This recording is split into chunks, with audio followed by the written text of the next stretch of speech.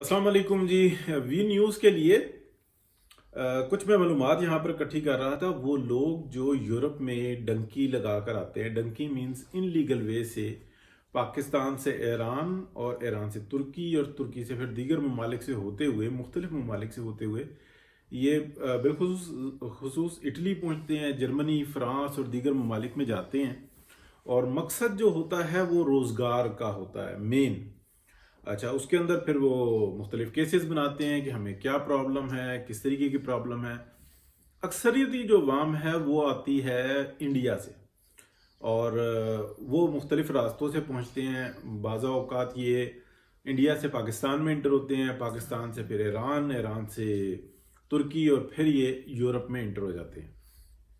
इसी तरह से हम देखते हैं कि बांग्लादेश के लोग हैं, वो भी मुख्तलिफ रास्ते इस्तेमाल करते हैं, लेकिन काफ़ी ज़्यादा जो उनसा है वो आते हैं कराची पाकिस्तान, और कराची पाकिस्तान से फिर कोयटा से होते हुए ये ईरान में इंटर होते हैं, फिर तुर्की और दीगर रास्ते ये माल्टा तक पहुंचते हैं। माल्टा से फिर यानी कि यूरोप में पहुंच जाते हैं। फिर वहाँ से बोट के थ्रू ये अक्सर इटली में इंटर होते हैं। इटली इसलिए अच्छी जगह समझी जाती है कि यहाँ पर रोज़गार आसानी से मिल जाता है, पेपर्स बन जाते हैं 2 4 5 सालों के अंदर, और दीगर काम हो जाते हैं। तो मेरी कुछ लोगों से अभी तक बात हुई, उन्होंने अपने मसले मसाइल जो उनसे बयान किए कि वो इतना बड़ा ये जो लाइफ का रिस्क है वो क्यों लेते हैं, क्या वजूहत हैं।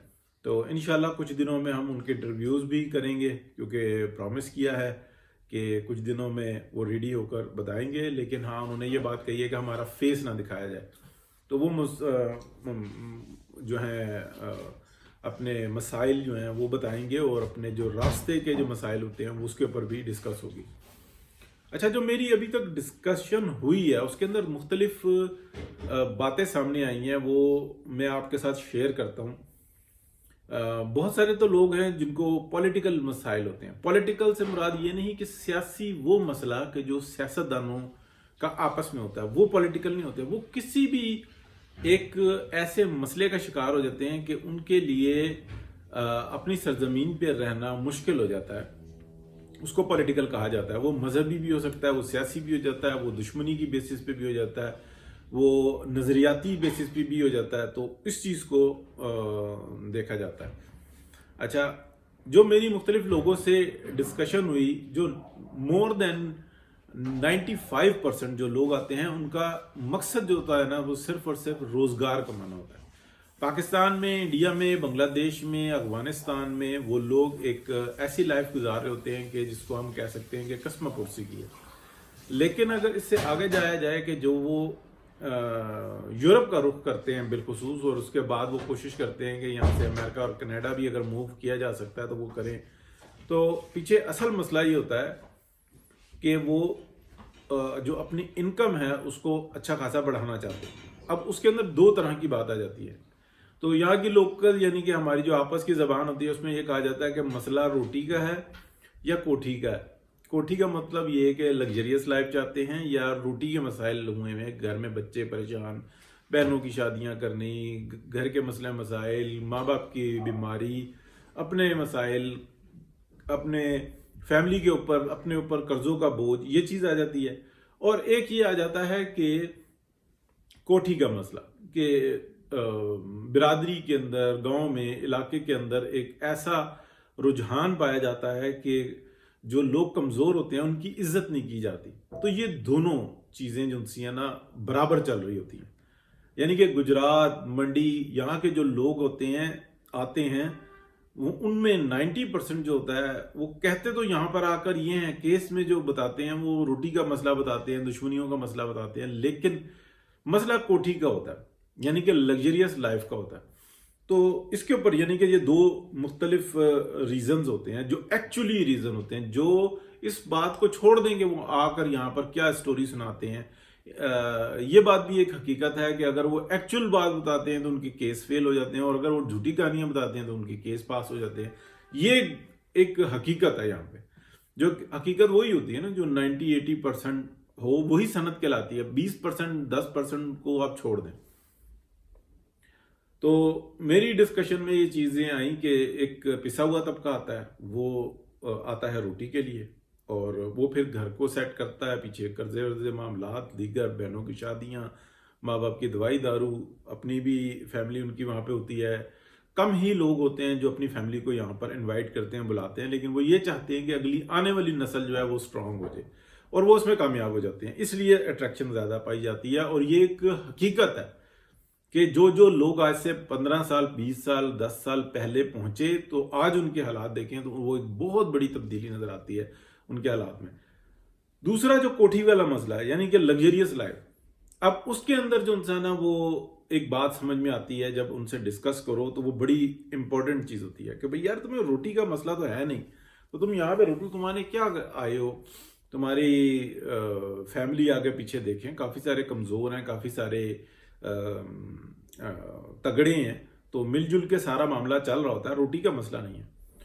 बड़ी बुनियादी वो एक चीज बताते हैं, वो ये बताते हैं कि अगर हम थोड़े से कमजोर हैं तो जो हमारी बुनियादी स्ट्रक्चर है उसके अंदर जो हमारी फैमिली है वो हमें एक्सेप्ट नहीं करती, वो हमें कमी कमीन कहती है, वो हमें बुनियादी तौर पे निचले दर्जे का एक शहरी तस्वर करते हैं। सगे बहन भाई, अगले कजन्स की तो बात ही छोड़ दें कि यार तुमने किया क्या लाइफ के अंदर, हम देखो कहां पर पहुंचे हैं और तुम कहां पे हो। हालांकि ये अल्लाह की बात है, इसके अंदर सब्र करना चाहिए या एक बुनियादी तौर पे इकट्ठे मिलके चलना चाहिए, लेकिन मुसलसल एक बेइज्जती का सामना होता है, इसलिए वो लग्जरियस लाइफ की तरफ जाते हैं। वो कहते हैं कि नहीं, हमारी भी कोठी होनी चाहिए, ऊंची होनी चाहिए। तो ऊंची कोठी, बड़ी कोठी, और ये जो है ना कोठी का लफ्ज आम इस्तेमाल होता है, इसलिए मैं भी यही लफ्ज इस्तेमाल कर रहा हूँ। हमारा भी प्लाजा होना चाहिए, हमारे पास भी अच्छी गाड़ी होनी चाहिए, हमारे पास भी, हमारे घरों में भी गोश्त बनना चाहिए, हमारे पास सिर्फ, हमारा नसीब सिर्फ दाल क्यों है, सब्जी क्यों है, और हमारे नसीबों में सिर्फ ये क्यों है कि हम जरूरत के वक्त इधर उधर देख रहे हो, बस हमारी रोटी चलती रहे। तो फिर वो लग्जरियस लाइफ की तरफ जाते हैं। और फिर ये, यानी कि मैंने यहां तक देखा है कि एक घर में 5 बेटे, 2 बेटियां हो, ठीक है, पांचों के पांचों यूरोप में, या 4 यूरोप में और एक जो है वो अमेरिका पहुंचने में कामयाब, यानी कि पांचों के पांचों भाई। और जो बहनें हैं वो पाकिस्तान के अंदर वो ब्याह दी गई, और ये सुरखरू और माँ बाप पीछे खुश हैं, तो वहां की लाइफ तो खत्म हो गई ना। अब इन्होंने वापस तो जाना नहीं है, या इनकी जो अगली नस्ल है वो यहां पर मौजूद है, लेकिन वो इस बारे में भी खुश हैं।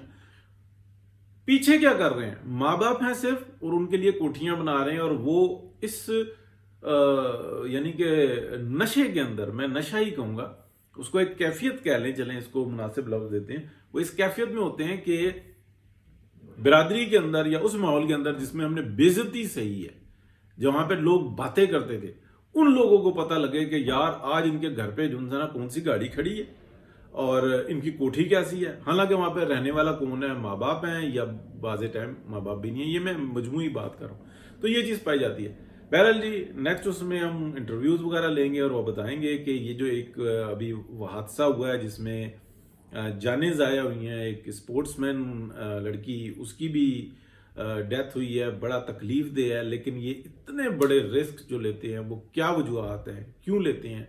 आया वो नाख्वानदगी और ख्वानदगी का मसला है, या रोटी का मसला है, क्या मसला है, या रोटी और कोठी का मसला है, या इसके पीछे और भी कोई बुनियादी ऐसी वजूहत हैं कि जिसकी वजह से लोग ऐसा रिस्क लेते हैं और वो यूरोप और अमेरिका पहुंचने की कोशिश करते हैं, ऑस्ट्रेलिया निकलते हैं, कनाडा निकलते हैं।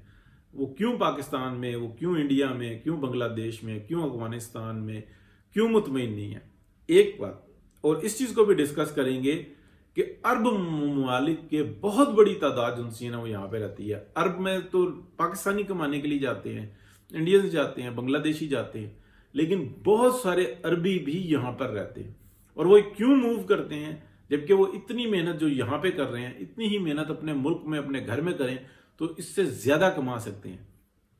वो कौन सी आज़ादी चाहते हैं, या वो किस उनका क्या टारगेट होता है, इसको भी हम अगले प्रोग्राम में डिस्कस करेंगे। बहुत शुक्रिया जी, अल्लाह हाफिज।